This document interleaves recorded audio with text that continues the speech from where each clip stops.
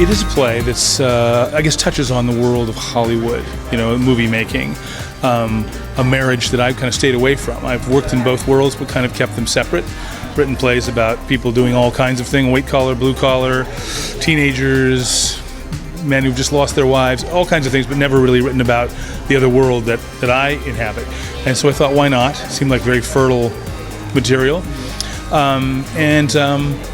Still remained kind of interested in the gender politics that I had been investigating in the last dozen plays or so, how men and women react together, how they live together, get along, but this in a workplace environment and how it spills over into their real life. So it's about really two actors who are trying to negotiate what they can and can't do in a love scene that's coming up the next day in their filming. And it's a play about big players in Hollywood and the decisions that they make to stay relevant and how that affects their loved ones, what the consequences are of their actions. It's extremely funny, and it's a story of two couples meeting to discuss a very delicate matter. And so they get together for an evening with their significant others to hash out the details of a love scene that they're going to do that's hopefully going to provide some publicity and some scandal for their film. Hollywood people aren't really that far from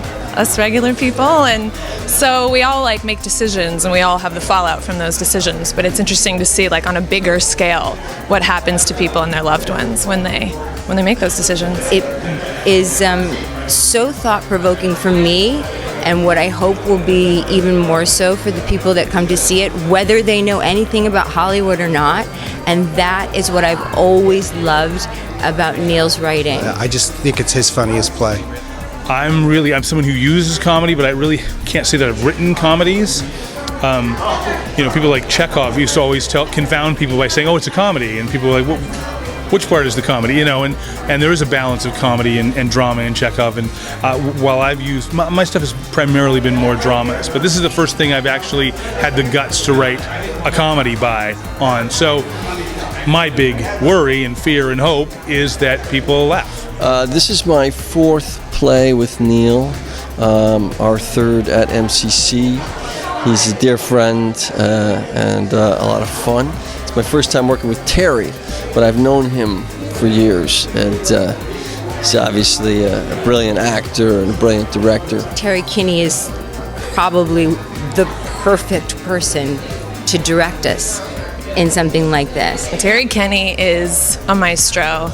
He is so loving and wonderful with actors and comedic gold. Neil LaBute, I don't need to say anything else. Terry Kinney, a couple of the actors even I've worked with. Fred Weller's done a number of my plays. Gia Crovatin has as well. It's nice to be with friends and, as close to family as you get in a business that's very nomadic. So MCC has been really like a home. I did Reasons to Be Pretty in 2007 and 2008, and it's really great to be back. We've been trying to find something ever since, but we finally did. It's going to be a good show.